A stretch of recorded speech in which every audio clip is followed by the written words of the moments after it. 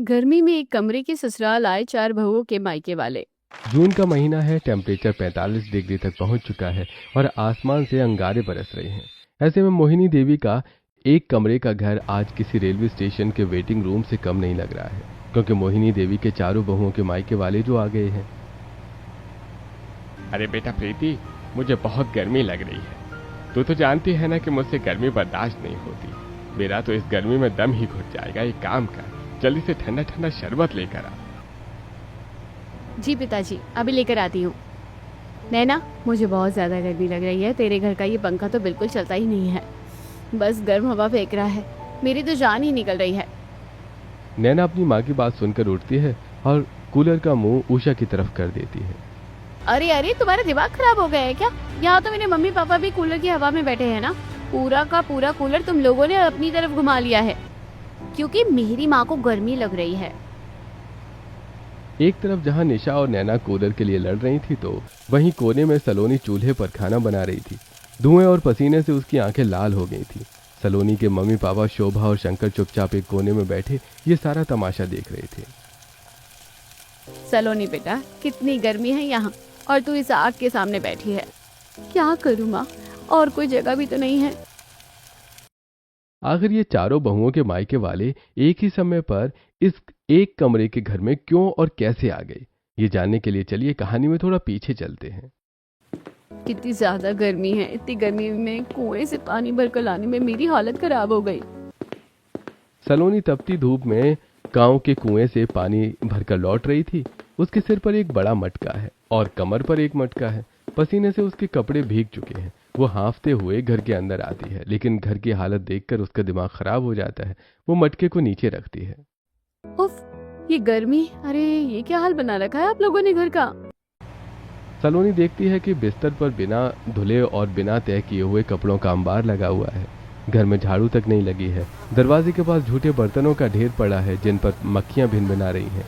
प्रीति, नेहा और निशा कूलर के सामने आराम से बैठी बातें कर रही हैं। प्रीति दीदी, ये क्या है? आप लोगों ने घर का कोई भी काम नहीं किया। दीदी, आप तो कपड़े तय करके रखने वाली थी ना, आपने क्यों नहीं किए? अरे सलोनी, तुझे दिखाई नहीं देता क्या बाहर कितनी तेज धूप है, और गर्मी के मारे मेरा तो सिर फटा जा रहा है। इतनी गर्मी में मैं कुछ नहीं करने वाली।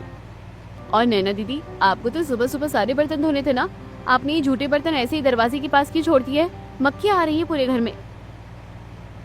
सुबह सुबह इतनी तेज धूप निकल आई थी सलोनी कि मैं कैसे धोती। इतनी गर्मी में मैं कुएं से पानी खींचकर बर्तन तो धोने से रही।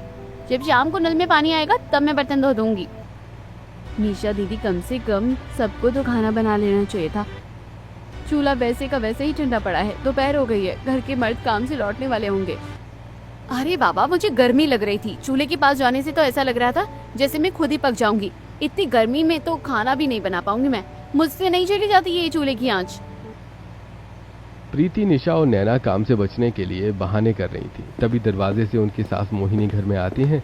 उसके हाथ में बिजली का बिल था और चेहरे पर कुछ कड़क गुस्सा। अरे झाड़ू भी नहीं लगाया तुम लोगों ने, बस कूलर के सामने बैठकर गप्पे लड़ा रही हो।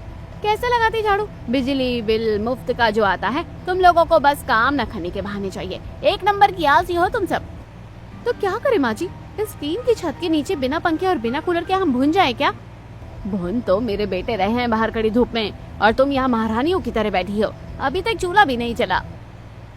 घर में काम को लेकर महाभारत छिड़ी हुई थी।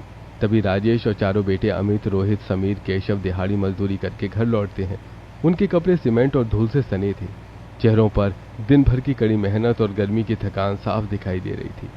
अमित हांफते हुए अपने माथे का पसीना पोंछते हुए कहता है, सलोनी, जल्दी से एक लोटा पानी देना। इस धूप में ईंटें ढोते ढोते गला सूख गया है। सलोनी जल्दी से मटके से पानी निकालकर अमित को देती है। लीजिए अमित भैया, पानी पी लीजिए। बड़ी भूख लगी है भाई। मोहिनी बहुओं को कहो जल्दी से खाना परोसे, पेट में चूहे कूद रहे हैं। कमरे में अचानक सन्नाटा छा जाता है। मोहिनी अपनी बहुओं को घूरती है। खाना? कौन सा खाना? यहाँ तो महारानियों को गर्मी लग रही थी, किसी ने चूल्हे को हाथ तक नहीं लगाया, बस कूलर की हवा खा रही थी दिन भर। क्या खाना नहीं बना? हम लोग दिन भर इतनी गर्मी में धूप में खून पसीना एक करके आते हैं, और तुम लोगों से घर की छांव में खाना तक नहीं बनता। अरे हद हो गई, यहाँ भूख के मारे जान निकल रही है और 4 बहुओं के होते हुए भी घर में कुछ नहीं बना है। इसमें हमारी कोई गलती नहीं है, सलोनी को खाना बनाकर जाना चाहिए था। मैं तो कड़ी धूप में कुएं से पानी लेने के लिए गई थी, मैं अकेली क्या क्या करूं? सलोनी, मुझे बहुत जोरों की भूख लगी है। क्या घर में कुछ भी नहीं है खाने के लिए? नहीं जी, खाने के लिए तो कुछ भी नहीं है। रुकिए, मैं अभी चूल्हा जलाती हूँ। सलोनी जल्दी से चूल्हे के पास जाती है और लकड़ियां सुलगाने लगती है। जल्दबाजी में चूल्हा जलाने की वजह से बहुत सारा धुआं उठने लगता है। पूरा कमरा धुएं से भर जाता है, सब खांसने लगते हैं। सलोनी, ये क्या कर रही हो? सारा घर धुएं से भर दिया है, मेरी तो आँख ही जल रही है। मैं तो तंग आ चुकी हूँ इस एक कमरे के घर से। तू क्यों तंग आ रही है? क्या मैं खुश हूँ इस एक कमरे की कोठरी में? बार बार इसी बात का जिक्र क्यों करती है तू? हम भी तो कोशिश कर रहे हैं ना। हाँ निशा, हम सब कोशिश कर रहे हैं। माँ, वो डिब्बा निकालो। मोहिनी अलमारी से एक डिब्बा निकालती है और चारों भाई अपने दिहाड़ी के पैसों का एक हिस्सा उस डिब्बे में डाल देते हैं। हम चारों भाई अपना पेट काट कर दिहाड़ी का पैसा इस डिब्बे में जमा कर रहे हैं। जिस दिन ये डिब्बा भर जाएगा, हम इस एक कमरे से निकलकर 4 कमरों का अपना पक्का घर बनवाएंगे।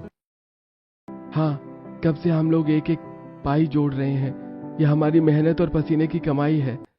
सब लोग उस डिब्बे को देखकर थोड़े भावुक हो जाते हैं और शांत हो जाते हैं। कमरे का माहौल थोड़ा हल्का होता है और सलोनी जल्दी जल्दी खाना बनाती है। सभी खाना खाकर अपने अपने काम में लग जाते हैं। अगले दिन सुबह सुबह। सलोनी, आज सुबह का नाश्ता तू बना ले, कल रात का खाना तो मैंने बनाया था। मैंने घर में झाड़ू लगा दिया है, खाना तू देख ले। नैना और निशा दोनों सलोनी को नाश्ता बनाने के लिए बोल रही थी। तभी दरवाजे पर दस्तक होती है। सलोनी के माता पिता शोभा और शंकर दरवाजे पर खड़े थे। उनके हाथों में एक एक पोटली थी। अरे माँ, बाबूजी, आप लोग अचानक? अरे बेटी, तेरी बहुत याद आ रही थी तो सोचा आकर तुझसे मिल ले। आइए आइए समनन जी, अच्छा किया जो आप आ गई। सलोनी, अपने माँ बाबू के लिए पानी लाना। सलोनी के मायके वालों को भी इसी एक कमरे के घर में आना था। यहाँ तो हमारे रहने के लिए भी जगह नहीं होती, उनके लिए कैसे होगी? अब तो हमें दोनों बुड्ढा बुड्ढी की खातिरदारी करनी पड़ेगी। क्या मुसीबत है? अंकल जी, आंटी जी, आइए बैठिए ना, मैं आपके लिए पानी लाती हूँ। वैसे आप लोग कितने दिनों के लिए आए हैं? इसका मतलब था कि आप यहाँ रुकेंगे ना। वैसे भी बहुत दिनों बाद आप लोग बेटी से मिलने आए हैं। सलोनी बेटा, अपने मम्मी पापा के लिए आज कुछ बढ़िया सा खाना बना देना। जी माँ जी। दोपहर का समय है। सलोनी चूल्हे पर अच्छा अच्छा खाना बना रही है। बाकी बहुएं अपने अपने काम पर लगी हैं। खाने की खुशबू पूरे कमरे में फैल जाती है। तभी दरवाजे पर फिर दस्तक होती है। इस बार नैना की माँ उषा, पिता महेश और भाई राहुल सूटकेस लेकर खड़े हैं। माँ, पापा, राहुल, आप लोग? अरे नैना, राहुल की गर्मियों की छुट्टियां पड़ गई थी। शहर में तो गर्मी के मारे बुरा हाल था, तो हमने सोचा चलो कुछ दिन गांव की ठंडी हवा खाकर आते हैं, तुम्हारे घर छुट्टियां बिता लेंगे। यह सुनकर मोहिनी का चेहरा उतर जाता है और उसे गुस्सा आने लगता है, क्योंकि कमरा भट्टी बन चुका है। मोहिनी धीरे से राजेश के कान में कहती है, लीजिए, ठंडी हवा खाने आई है, हमारे यहाँ खुद के पसीने नहीं सूख रहे। मोहिनी परेशान होने के बाद भी नैना के मायके वालों का स्वागत करती है और सभी को अच्छा खाना खिलाती है। कुछ घंटे बाद शाम के वक्त निशा हाथ में थैला लेकर सब्जी लेने के लिए घर से निकल रही थी। तभी गली के नुक्कड़ पर उसे अपनी माँ निर्मला, पिता जगदीश और छोटी बहन माही आते हुए दिखाई देते हैं। अरे माँ, पापा, छोटी, आप लोग यहाँ? बेटी, घर में राशन पानी खत्म हो गया था तो सोचा 2-4 दिन तेरे ही घर पर रुक जाएंगे। चल घर चल। निशा उन्हें लेकर घर आती है। घर में अब पैर रखने की जगह नहीं बची थी। लोग एक दूसरे से टकरा रहे थे। मोहिनी अपना सिर पकड़कर बैठ जाती है। हे भगवान, ये क्या मुसीबत है? एक के बाद एक मेहमान आए जा रहे हैं। हे भोलेनाथ, अब और किसी को मत भेजना। मोहिनी अपने मन में ये सोच रही थी कि तभी दरवाजे पर फिर से कदमों की आहट होती है। प्रीति के माता पिता सरिता और रमेश पसीने में से लथपथ हांफते हुए अंदर आते हैं। ओए माँ, मर गई इस गर्मी में। शहर से गांव तक के सफर ने तो जान ही निकाल दी। अरे बेटा प्रीति, मुझे बहुत गर्मी लग रही है। तू तो जानती है ना कि मुझसे गर्मी बर्दाश्त नहीं होती। मेरा तो इस गर्मी में दम ही घुट जाएगा। एक काम कर, जल्दी से ठंडा ठंडा शरबत लेकर आ। जी पिताजी, अभी लेकर आती हूँ। नैना, मुझे बहुत गर्मी लग रही है। तेरे घर का ये पंखा तो बिल्कुल चलता ही नहीं है, बस गर्म हवा फेंक रहा है। मेरी तो जान ही निकल रही है इस उमस से। नैना उठकर कूलर का मुंह अपने घर वालों की तरफ कर देती है। अरे अरे, तुम्हारा दिमाग खराब हो गया है क्या? यहाँ तो मेरे मम्मी पापा भी कूलर की हवा में बैठे हैं ना। पूरा का पूरा कूलर तुम लोगों ने अपनी तरफ घुमा लिया है, क्योंकि मेरी माँ को गर्मी लग रही है। नैना और निशा कूलर के लिए लड़ने लगती हैं। वहीं सलोनी चुपचाप कोने में बैठी सबके लिए खाना बना रही थी। उसके मम्मी पापा अपनी बेटी को इस तरह काम करते हुए देखकर परेशान हो रहे थे। अरे कोई तो शरबत लाओ, गर्मी से इनके सीने में दर्द हो रहा है। इतने सारे लोग एक कमरे में होने और चूल्हा चलने की वजह से घर में गर्मी बहुत बढ़ गई थी। भीड़ की वजह से सांस लेना मुश्किल हो गया था। अपने पिता की तबीयत बिगड़ते देखकर प्रीति मोहिनी को जल्दी से घर के बाहर लेकर आती है। माँ जी, घर में ना तो चीनी बची है और ना नींबू। घर का राशन खत्म हो गया है। खत्म तो होना ही था। मेहमानों के लिए एक्स्ट्रा खाना जो बना था, पता नहीं क्या सोचकर ये लोग हमारे एक कमरे के घर में आए हैं। मोहिनी शांत हो जाओ, मेहमान है हमारे घर। मेहमान भगवान का रूप होते हैं। अगर हमने इनकी खातिरदारी नहीं की तो बड़ी बेइज्जती होगी हमारी। खातिरदारी? किस चीज से करूँ खातिरदारी? हवा खाने आए हैं यहाँ, खुद के खाने के पैसे नहीं है हमारे पास। एक तरफ जहां मोहिनी घर के हालातों को लेकर परेशान थी, वहीं घर में बहुएं आपस में लड़ने लगती हैं कि जिससे मायके वाले ज्यादा परेशान कर रही हैं। तुम्हारी माँ ने सारा कूलर घेर रखा है नैना। अच्छा ठीक से देखो, तुम्हारे माँ पिताजी और उनके सामान ने ही आधे घर को घेर रखा है। सबको इस तरह परेशान देखकर मोहिनी अचानक खड़ी होती है। वो बिना कुछ कहे उस अलमारी की तरफ जाती है और वो पैसों का डिब्बा निकालकर बाहर आती है। माँ, माँ, तुम वो डिब्बा क्यों निकाल रही हो? वो तो हमारे घर के लिए है ना? मोहिनी कांपते हाथों से डिब्बे का ढक्कन खोलकर पैसे निकालती है। घर तो तब बनेगा ना बेटा, जब इस पुराने घर की इज्जत बचेगी। सलोनी बेटा, इधर आना जरा। जी माँ जी, कहिए क्या काम है? मोहिनी की आवाज सुनकर सलोनी दौड़ कर आती है। मोहिनी सलोनी के हाथ में पैसे थमाते हुए कहती है, सलोनी, ये पैसे ले और बाहर नुक्कड़ वाली दुकान से जाकर जल्दी से ठंडा शरबत ले आ। मेहमान इतनी गर्मी में इतनी दूर से आए हैं, सबका गला सूख रहा होगा। बढ़िया सा ठंडा सा शरबत ले आना। जी माँ जी, मैं अभी लाती हूँ और सबके लिए ठंडा ठंडा शरबत लेकर आती हूँ। सलोनी पसीने में तरबतर होकर कोल्ड शरबत वाले की दुकान में जाती है और कुछ ही देर में शरबत की बोतलें और बर्फ लेकर लौटती है। वो रसोई में जाकर गिलास सजाती है और सबको शरबत देती है। रमेश सलोनी के ट्रे से शरबत का गिलास लेता है और शरबत पीता है। वाह सलोनी, तुमने तो जान में जान डाल दी। मेरा तो गला सूख कर कांटा हो गया था। अरे यार, ये कूलर भी हवा की जगह सिर्फ आवाज ही दे रहा है। तभी दूसरी बहू नैना की माँ उषा उस पुराने कूलर को घूरते हुए अपना मुंह बनाती है। अरे मोहिनी जी, आपके घर का ये पुराना कूलर तो बिल्कुल आग जैसी गर्म हवा फेंक रहा है। आप लोग इतने छोटे से एक कमरे के घर में इतने सारे लोग आखिर रहते कैसे हैं? हमारा तो दम ही घुट रहा है यहाँ। नैना अपनी माँ की बात सुनकर परेशान हो जाती है और बात संभालते हुए कहती है, अरे माँ, ऐसा नहीं है। हम लोग अपना ये घर तोड़कर 4 कमरे वाला एक बड़ा घर बनाने की कोशिश कर रहे हैं। बस 1 साल का वक्त और लगेगा। अरे भाग्यवान, शांत हो जा। बच्ची का घर है, जैसा भी है अपना ही है, थोड़ा एडजस्ट कर लो। रात के 8 बज चुके हैं। सबको भूख लगी है और गर्मी की वजह से सबकी चिड़चिड़ाहट बढ़ गई है। निशा के पिता अपना बड़ा सा पेट सहलाते हुए कहते हैं, अरे राजेश जी, अब तो पेट में चूहे कबड्डी खेल रहे हैं। कुछ खाने पीने का इंतजाम है या सिर्फ शरबत पीकर ही गुजारा करना पड़ेगा? भूख के मारे मेरी तो आंखों के आगे अंधेरा छा रहा है। सही कह रहे हैं ये बहू, जल्दी से कुछ खाने को बनाओ, बड़ी भूख लगी है। निर्मला की बात सुनकर सबसे बड़ी बहू प्रीति, जो अपनी माँ के पास बैठी थी, तुरंत सलोनी की तरफ मुड़ती है। अरे सलोनी, सुन रही हो ना? सबको बहुत तेज भूख लगी है। एक काम करो, आज रात के खाने में राजमा चावल बना दे, सब लोग बड़े चाव से खा लेंगे। नेहा का भाई राहुल राजमा चावल का नाम सुनकर बहुत ही खुश हो जाता है। राजमा चावल? सलोनी भाभी, राजमा चावल तो मेरे फेवरेट है। आज तो मैं पेट भर के राजमा चावल खाऊंगा, बड़ा मजा आएगा। ठीक है दीदी, मैं अभी बना देती हूँ, लेकिन घर में राजमा और मसाले तो खत्म है। हाँ तो जाकर राशन की दुकान से सामान खरीद कर ले आ। सलोनी राशन की दुकान पर जाती है। पसीने से लथपथ होकर जब वो राजमा चावल और मसाले लेकर आती है तो देखती है कि बाकी तीनों बहुएं आराम से बैठी हैं। सलोनी रसोई में बर्तन निकालते हुए और अपनी जिठानियों की तरफ उम्मीद से देखती है। दीदी, क्या आप लोग मेरी थोड़ी मदद कर देंगे? खाना थोड़ा जल्दी बन जाएगा और मुझे भी आसानी होगी, वरना इतने सारे लोगों का खाना मुझे अकेले ही बनाने में बहुत वक्त लग जाएगा। अरे सलोनी, तू देख नहीं रही है क्या? मैं अपने पापा के पैरों में तेल लगा रही हूँ और उनके पैर दबा रही हूँ। सुबह से सफर करके आए हैं, थक गए हैं। मैं तो तेरी कोई मदद नहीं कर सकती। मैं तो अपनी माँ से कुछ जरूरी बातें कर रही हूँ। इतने दिनों बाद मायके वाले आए हैं तो तू अकेले ही बना ले। उफ, मेरी तो तबीयत ठीक ही नहीं लग रही है। मेरे तो सिर में भयंकर दर्द हो रहा है। मैं तुम्हारी कोई मदद नहीं कर पाऊंगी सलोनी। अरे बेटा, तू चिंता मत कर, मेरी बेटी की तबीयत ठीक नहीं है। रुक, मैं तेरी मदद कर देती हूँ। अपनी जिठानियों के बहाने सुनकर सलोनी मन ही मन निराश होती है और निर्मला को मना करते हुए कहती है, नहीं नहीं आंटी जी, आप लोग मेहमान हैं, आप आराम कीजिए, मैं अकेले ही जल्दी खाना बना लेती हूँ। सलोनी एक छोटे से कोने में गैस चूल्हा जलाती है और राजमा और मसाले भूनना शुरू करती है। तड़के की वजह से पूरे कमरे में धुआं और मसालों की तेज महक फैल जाती है, जिसकी वजह से सभी खांसने लगते हैं। अरे बाप रे, ये कैसा धुआं है? अरे मेरे तो सांस ही अटक जा रही है। अरे भैया, एक तो इस कमरे के घर में इतनी भयानक गर्मी, ऊपर से ये चूल्हे का धुआं। ऐसा लग रहा है जैसे किसी ने गैस चैम्बर में बंद कर दिया हो। अरे दम घुट रहा है मेरा।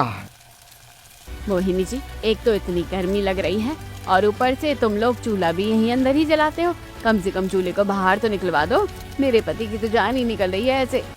अरे सलोनी, आज तो खाना बन गया है। एक काम करना, कल से आंगन में रसोई कर लेना।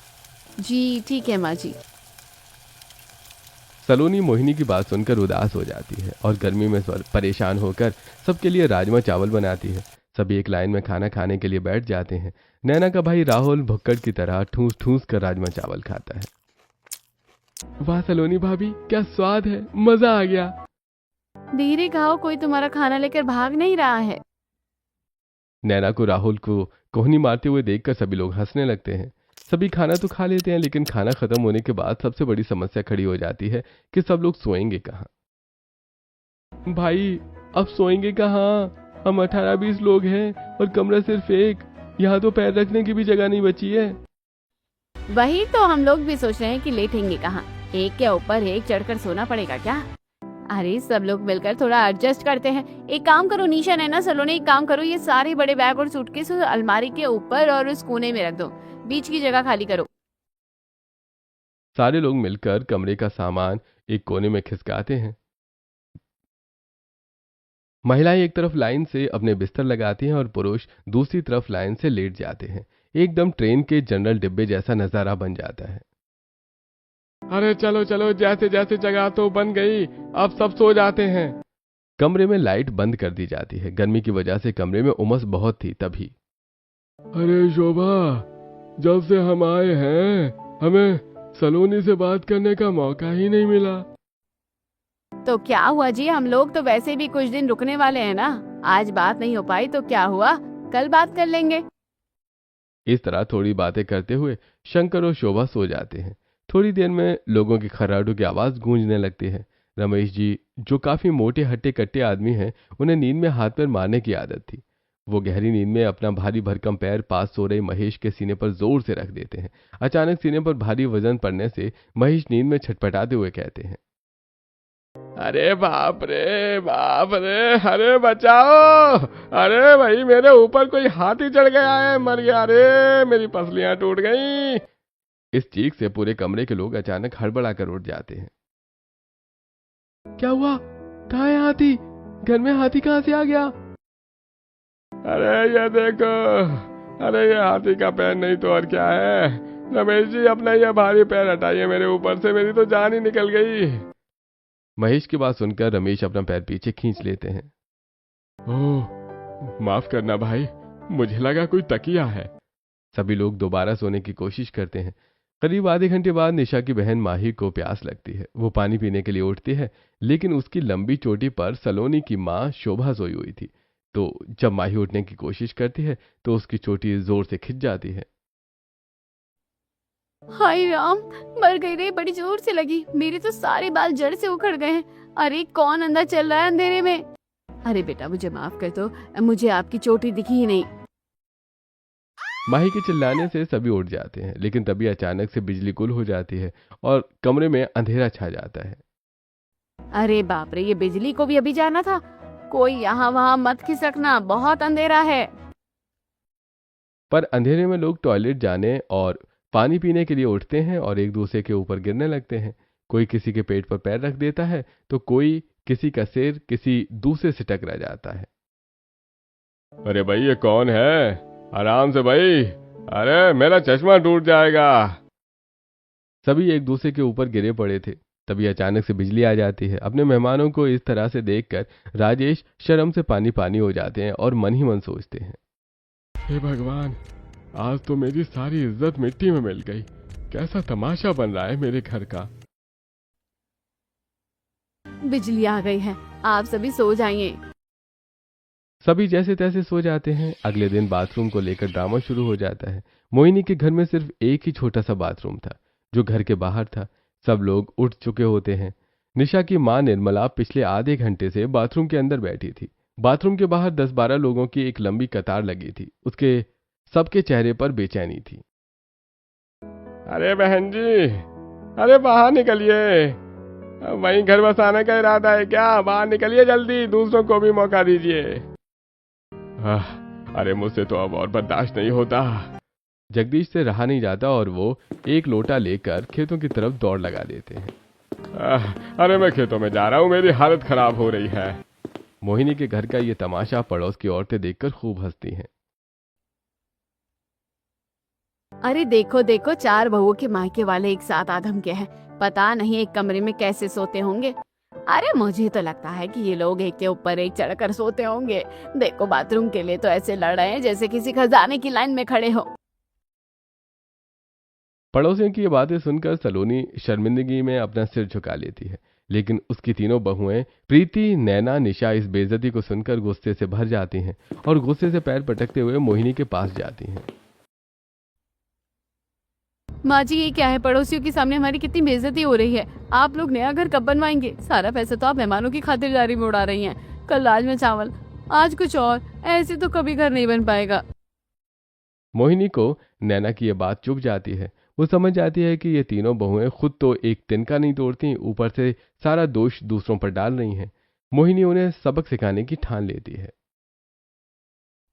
अच्छा, खुद कोई काम नहीं करते और मुझे ताने मार रही है। रुको, अभी मजा चखाती हूँ। अरे सभी सुनिए, नैना बहू सबके लिए बिरयानी बनाने वाली है। क्या माँ जी, आप भी कुछ भी बोलती रहती है। मेरी बिरयानी तो कभी अच्छी नहीं बनती है। बिरयानी तो सलोनी अच्छी बनाती है।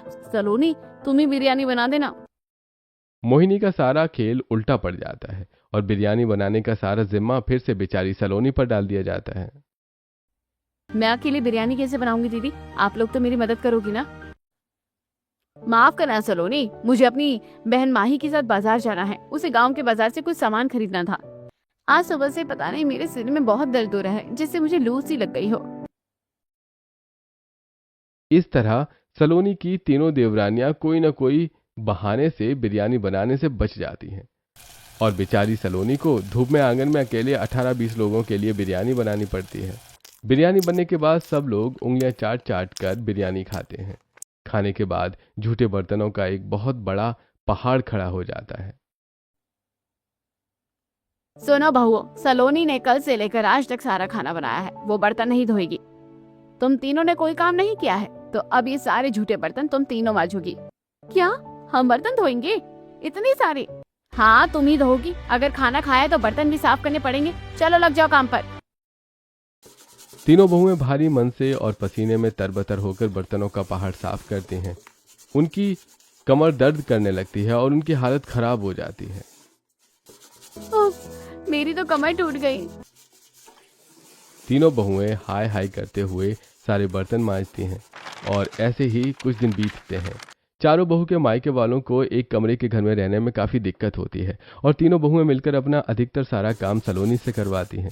एक दिन सलोनी कपड़े धो रही थी, तभी प्रीति देखती है कि कपड़ों का एक बहुत बड़ा ढेर भी पड़ा है। अरे सलोनी, तू कपड़े धो रही है तो मेरे मम्मी पापा के भी कपड़े धो दे। अपने सारे कपड़ों का ढेर प्रीति सलोनी को दे देती है और उसे सारे कपड़े धोने पड़ते हैं। इस तरह सारे लोग सलोनी से खच्चर की तरह काम करवाते रहते हैं। अपनी बेटी की ऐसी हालत देखकर सलोनी की माँ शोभा गुस्सा हो जाती है। यहाँ रुकने का कोई फायदा नहीं है। हमारी बेटी के पास तो हमारे लिए 2 मिनट का भी वक्त नहीं है। उसे तो बस काम में जोत रखा है इन लोगों ने। अरे शोभा शांत हो जा, हम उससे मिलने आए हैं, थोड़ा वक्त तो बिता लेने दो। शंकर शोभा को जैसे तैसे समझाता है। शाम को अचानक मौसम बदलता है, आसमान में काले बादल छा जाते हैं और ठंडी ठंडी हवाएं चलने लगती हैं। गर्मी से सबको बड़ी राहत मिलती है। झमाझम बारिश शुरू हो जाती है। वाह, मौसम कितना सुहावना हो गया है। इतनी भयंकर गर्मी के बाद ये बारिश तो वरदान जैसी है। अरे भाई, मौसम इतना बढ़िया है तो कुछ गर्मा गर्म चाय और पकौड़े हो जाए, मजा ही आ जाएगा। हाँ हाँ बिल्कुल सलोनी बेटा, जरा सबके लिए बढ़िया सी कड़क चाय और प्याज के पकौड़े बना लाओ। अब बारिश रुक गई थी। सलोनी फिर से बिना कुछ कहे रसोई में चली जाती है। वो सबके लिए चाय और पकौड़े बनाती है। जैसे वो चाय पकौड़े लेकर सबको देने के लिए उठती है तो 2-4 दिनों से लगातार इतने सारे लोगों का खाना बनाने और घर के बाकी काम करने की वजह से उसे चक्कर आ जाता है और वो जमीन पर गिर पड़ती है। अरे देखो देखो, सलोनी को क्या हो गया। गिरने की वजह से चाय का ट्रे भी उसके हाथ पर गिर जाता है और उसका हाथ बुरी तरह से जल जाता है। सभी जल्दी जल्दी सलोनी के चेहरे पर पानी डालते हैं। फिर उसे होश आता है। मेरा हाथ बहुत जोर से जल रहा है। सलोनी को ऐसे देखकर उसकी माँ शोभा दौड़कर उसके पास आती है और गुस्से से आग बबूला होते हुए कहती है, आप लोगों को शर्म नहीं आती? मेरी फूल जैसी बच्ची को आप लोगों ने कोल्हू के बैल की तरह काम में जोत रखा है। सुबह से बेचारी बस काम काम और काम ही कर रही है। आप लोगों ने उससे एक मशीन की तरह काम करवाया है। हम लोग यहाँ उससे मिलने आए थे और आप लोगों ने उसे हमारे लिए ही नौकरानी बना दिया। अरे शोभा शांत हो जाओ, देखो सलोनी का कितना हाथ जल गया है। शोभा जी, आपका गुस्सा होना लाजमी है, लेकिन इसमें मेरी क्या गलती है? आप लोग सभी अपनी बेटी से मिलने आए थे, पर क्या आप में से किसी ने या मेरी इन बाकी तीनों बहुओं ने उसकी एक भी बार मदद की? आप सब तो बस हुक्म चला रहे थे, ये लाओ वो लाओ। एक इंसान इतने सारे काम कैसे कर सकता है? मैं उसे आराम देना चाहती थी, पर आप लोगों की फरमाइशें ही खत्म नहीं हो रही थी। मोहिनी की बात सुनकर पूरे कमरे में सन्नाटा छा जाता है। तीनों बहुएं प्रीति, नैना, दिशा और उनके मायके वाले शर्म से झुक जाते हैं। मुझे माफ कर दो सलोनी, हमने सच में तुम्हारे साथ बहुत गलत किया। हम बस अपने आराम के बारे में सोचते रहे और तुम्हें काम के भट्टे में झोंक दिया। हाँ माँ जी, हमें हमारी गलती का एहसास हो गया है। हमने सलोनी को 1 मिनट का भी आराम नहीं दिया।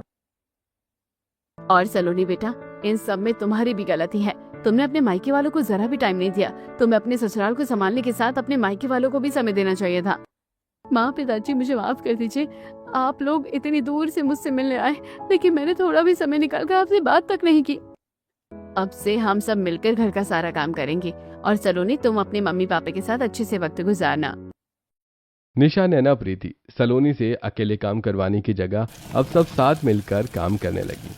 चारों बहू अब साथ खाना बनाती, साथ बर्तन धोती। चारों बहुओं के साथ काम करने की वजह से सलोनी के ऊपर ज्यादा भार नहीं पड़ता है और वो भी अपने मायके वालों के साथ अच्छा वक्त गुजारती है। माँ, आप लोगों की बहुत याद आती है। कुछ दिन बाद चारों बहू के मायके वाले अपने अपने घर को लौट जाते हैं। मेहमानों के जाने के बाद मोहिनी उदास होकर राजेश से कहती है, देखिए ना जी, मेहमानों की खातिरदारी में हमारे बचाए हुए सारे पैसे खत्म हो गए हैं। अब हम अपना घर कैसे बनाएंगे? मुझे तो यही चिंता खाई जा रही है। ये बात चारों बेटे और चारों बहुएं सुन लेती हैं। वो सब एक साथ मोहिनी और राजेश के पास आते हैं। माँ, आप बिल्कुल चिंता मत करो, हम चारों भाई फिर से मेहनत करेंगे और पैसे जोड़ेंगे। माँ जी, हमें भी समझ आ गया है कि काम चोरी से कुछ नहीं होगा। अब हमें भी मेहनत करनी पड़ेगी। हाँ माँ जी, हम सब एक टीम की तरह काम करेंगे। इसके बाद परिवार का हर एक सदस्य मेहनत में जुट जाता है। चारों बेटे अमित, रोहित, समीर, केशव दिहाड़ी और ओवरटाइम काम करते हैं। चारों बहुएं भी हाथ बटाती हैं। प्रीति लोगों के घरों में साफ सफाई का काम पकड़ लेती है। नैना एक दुकान में बैठकर ग्राहकों को सामान बेचती है। निशा सिलाई मशीन पर सबके कपड़े सिलने का काम शुरू करती है और सलोनी मोहल्ले के बच्चों को ट्यूशन पढ़ाने लगती है। सभी पैसे कमाकर डिब्बे में डालते हैं। मेरे बच्चे कितनी मेहनत कर रहे हैं घर बनाने के लिए। हे भगवान, उन्हें हिम्मत देना। दिन रात की कड़ी मेहनत और पाई पाई जोड़ने के बाद मात्र 1 साल के भीतर ही वो लोग पैसे जमा कर लेते हैं। फिर मोहिनी और उसके परिवार वाले से एक कमरे के घर को तोड़कर एक बड़ा 4 मंजिला घर बनवाते हैं। जहां 4 बहू का अलग अलग कमरा होता है और मोहिनी राजेश का कमरा अलग होता है। साथ में मेहमानों के लिए भी 1-2 कमरे होते हैं। अगले साल फिर से गर्मियों का मौसम आता है। अरे बहू, तुम्हारे मायके वाले आ रहे हैं ना? जी माँ जी। चारों बहुओं के मायके वाले फिर से उनसे मिलने आते हैं, लेकिन इस बार वो एक कमरे के घर में नहीं बल्कि बड़े से घर में आते हैं। मोहिनी के नए घर को देखकर उषा, अरे वाह मोहिनी जी, आप लोगों ने तो बड़ा ही सुंदर घर बनाया है।